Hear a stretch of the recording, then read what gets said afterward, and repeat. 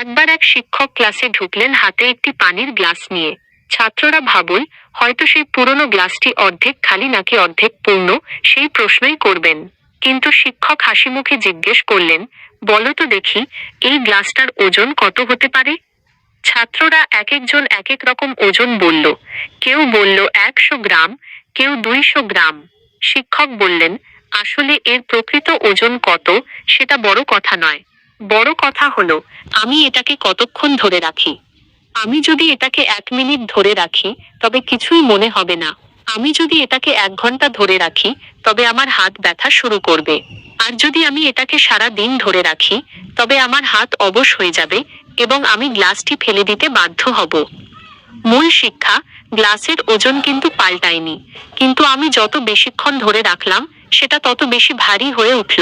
আমাদের জীবনের দুশ্চিন্তা, হতাশা আর নেতিবাচক চিন্তাগুলো ঠিক ওই পানির গ্লাসের মতো।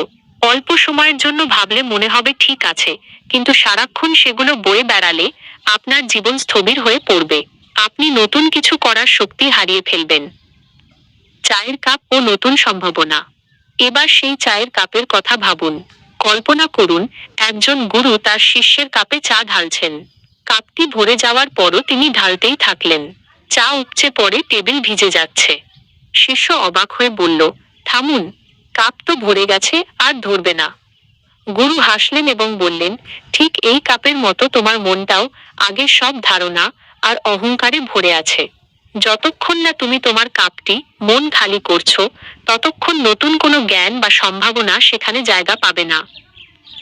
আপনার জন্য আজকের মোটিভেশন, আপনার জীবনের লক্ষ্য বা আপনার এই যে কন্টেন্ট ক্রিয়েশনের যাত্রা, সেখানেও এই দুটি গল্প খুব জরুরি। 1. গ্লাসের মতো বোঝা ফেলুন। অতীতে কি ভুল হয়েছে বা কে কি বলল সেই দুশ্চিন্তার পানির গ্লাস নামিয়ে রাখুন। হালকা না হলে আপনি অনেক দূর দৌড়াতে পারবেন না। 2. কাপ খালি রাখুন। সবসময় শেখার মানসিকতা রাখুন। আপনি যখন মনে করবেন আমি সব জানি, তখনই আপনার উন্নতি থেমে যাবে। নতুন নতুন আইডিয়া গ্রহণ করার জন্য নিজের মনের কাপটি সবসময় একটু খালি রাখুন। মনে রাখবেন, পাহাড় যেমন অটল থেকে মেঘের কাছ থেকে নিজের গুরুত্ব শেখে, আপনিও আপনার পরিশ্রমে অটল থাকুন। সাফল্য আপনার দরজায় কড়া নাড়বেই।